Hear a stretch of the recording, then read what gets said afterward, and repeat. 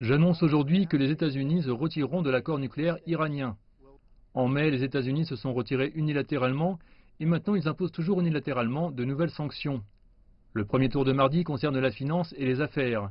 Il comprend l'interdiction pour le gouvernement iranien d'acheter ou d'acquérir des billets de banque américains, de pratiquer le commerce de l'or et d'autres métaux précieux et d'effectuer des transactions liées au rial iranien. Les sanctions frapperont également le secteur de l'aviation. Mais le nœud se resserrera encore le 5 novembre quand les sanctions frapperont l'énergie.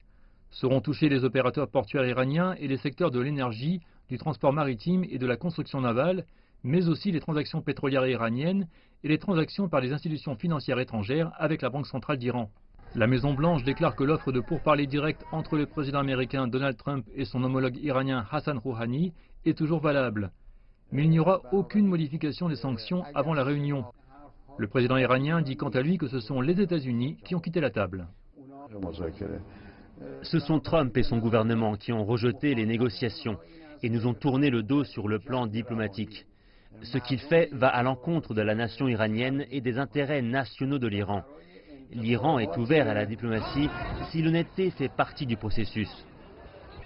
Les États-Unis déclarent que leur politique fonctionne déjà, mentionnant la chute de la monnaie iranienne et la protestation contre les conditions économiques à Téhéran, niant que le but est d'obtenir un changement de régime en Iran.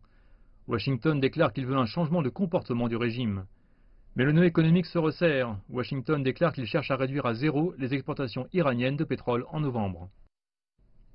En réaction à la pression américaine, la Chine et d'autres pays ont promis de continuer à acheter du pétrole iranien.